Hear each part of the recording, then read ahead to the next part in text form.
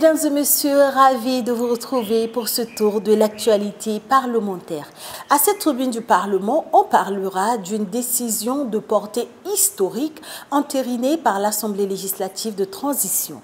Il s'agit de l'adhésion du Burkina Faso à la Confédération des États du Sahel.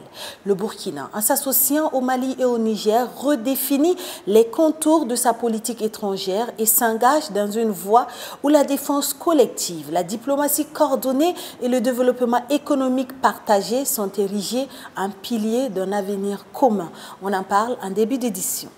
Focus dans cette édition sur les réformes douanières au Burkina Faso avec l'adoption du nouveau code des douanes. Un texte qui vise à adapter l'administration douanière aux réalités économiques et sécuritaires actuelles du pays. Les enjeux de ce nouveau texte législatif vous seront dévoilés dans l'interview express qui reçoit l'honorable Isaka Tapsoba. C'est le sommaire de cette édition. Mesdames et messieurs, merci de nous suivre.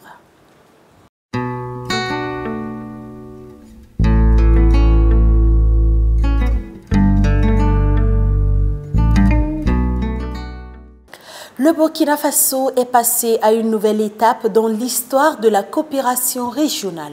Le 27 mars 2025, l'Assemblée législative de transition a validé l'adhésion du pays à la Confédération des États du Sahel. Un signal fort qui consacre l'engagement du Burkina Faso aux côtés du Mali et du Niger à bâtir un avenir commun fondé sur une défense collective, une diplomatie coordonnée et un développement économique partagé. On voit les détails de cette séance plénière avec Innocent Darancourt et Axel Nicoliaro.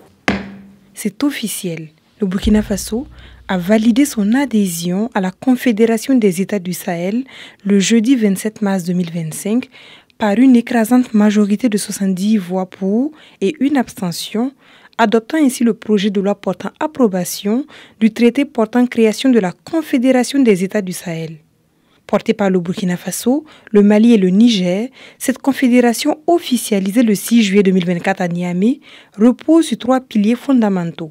Une défense collective, une diplomatie coordonnée et un développement économique partagé. Les institutions mises en place, telles que le Collège des chefs d'État et les sessions parlementaires communes, visent à renforcer la souveraineté des États membres tout en répondant aux défis communs.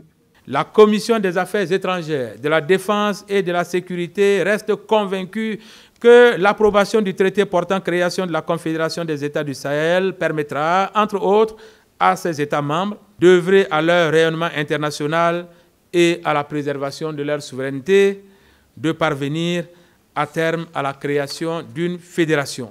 Dans un Sahel confronté à l'insécurité, cette confédération s'impose comme un bouclier. Mutualisation des forces militaires, stratégie antiterroriste commune, la sécurité est une priorité. À l'international, les 3 pays parlent désormais d'une seule voix, tandis que des projets ambitieux visent à dynamiser leur développement économique. En principe, le traité rentre définitivement dans sa forme active après le dépôt du dernier instrument de ratification. Le Mali l'avait fait, le Niger l'avait fait, parce que leur ordonnancement juridique interne le permettait. Pour le Burkina, il a fallu attendre un moment jusqu'à passer devant la réalité. Et aujourd'hui, c'est chose faite. Donc, ça vient régulariser une situation qui est déjà en cours.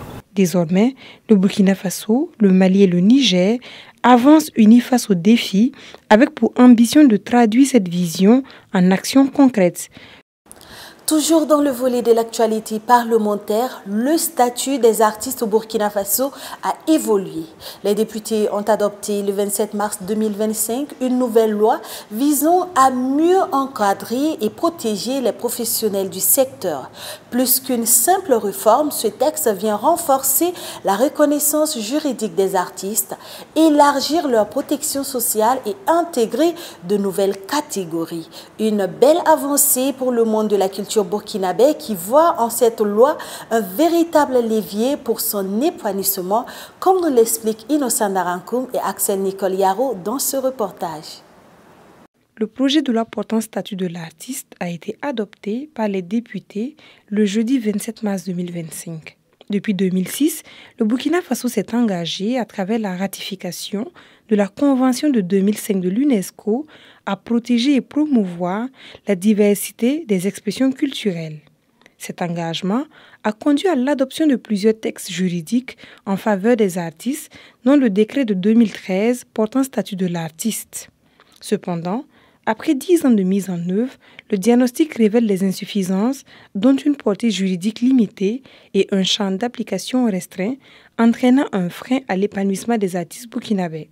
Pour nous, il est aujourd'hui important d'offrir à l'ensemble des artistes de meilleures conditions pour exercer leur profession et aussi pour mieux vivre de cette profession-là.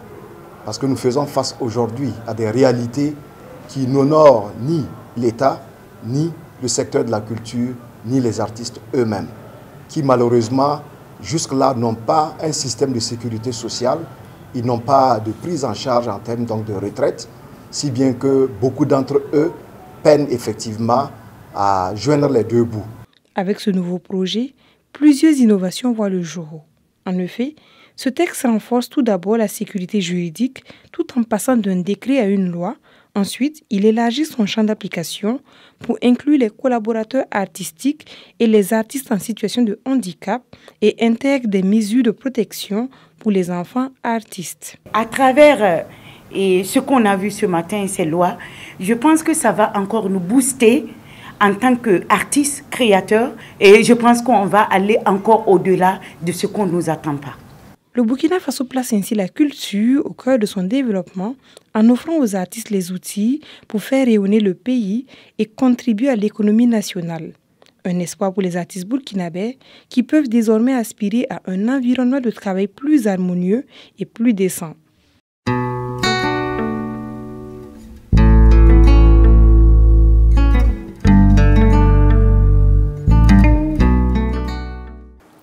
Je vous l'annonçais en titre, le cadre juridique des douanes burkinabais se modernise. Les députés ont examiné en séance plénière le projet de loi portant code des douanes le 24 mars dernier.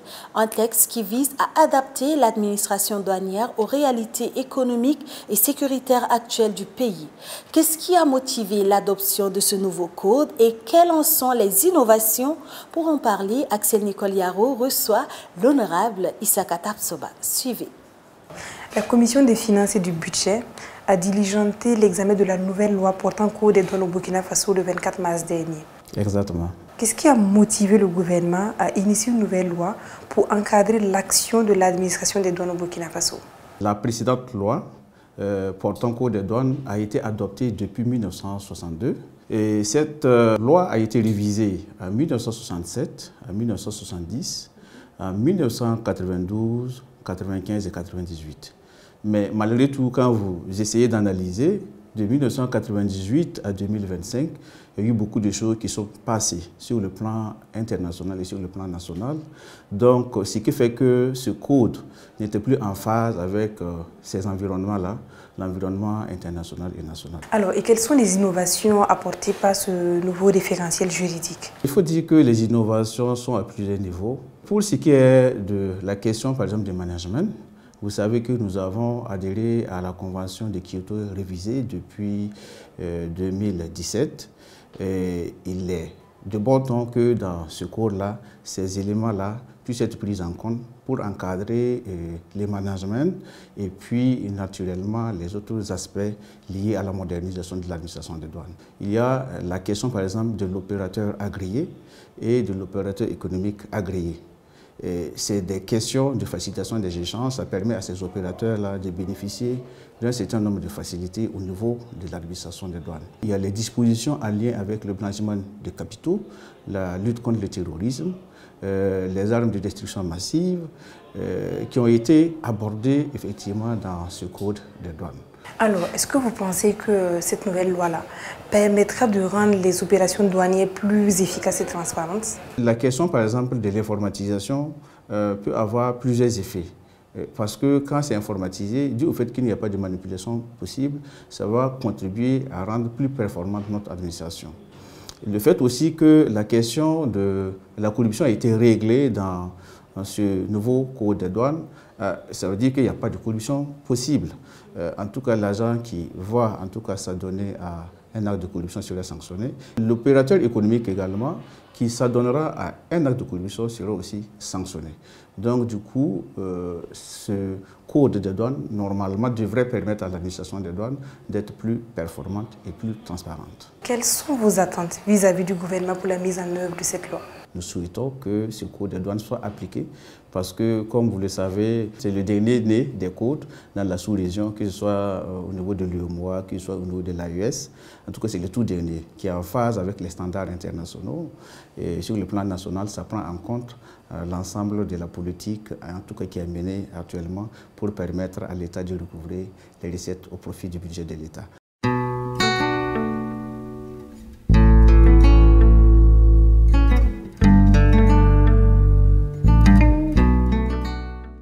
Le vocable parlementaire du jour nous permet de découvrir les prérogatives des présidents des groupes constitués. Quels sont concrètement leurs rôles et qu'est-ce qui leur revient de droit dans le cadre de l'exercice de leur mission? Suivant les explications du chargé des relations publiques de l'ALT, Honora Bationo. Les présidents des groupes constitués sont membres de droit de la conférence des présidents et participent de ce fait à l'établissement de l'ordre du jour de la session.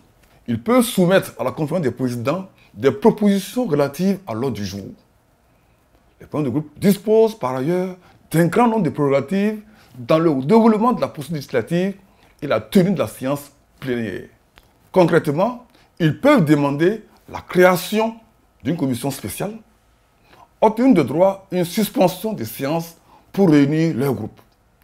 Les présidents de groupe ont droit à la parole pour donner une instruction de consigne de vote sur la position du groupe en l'occurrence des grandes questions telles que le vote de la loi de finances de l'année, les grands sujets de la nation, etc. Les présidents de groupe ont droit à la parole qu'ils redistribuent à leurs membres en l'occurrence des passages du Premier ministre au Parlement. Cela est vrai dans les situations comme la déclaration de politique générale du Premier ministre devant les députés et l'exposé de la situation de la nation. Les présidents de groupe sont consultés par le président de l'Assemblée sur certains sujets. En début de législature et pour l'occupation des sièges dans l'hémicycle, le président du Parlement consulte le président pour le choix des places des députés dans l'hémicycle. Et c'est ce qui met fin à votre émission La Tribune du Parlement. Merci à vous de nous avoir suivis. Pour rester au cœur de l'actualité parlementaire, suivez-nous sur notre site web www.alt.bf ou encore www.assembléelégislative-de-transition.bf et sur nos autres plateformes digitales. À bientôt et au plaisir de vous informer.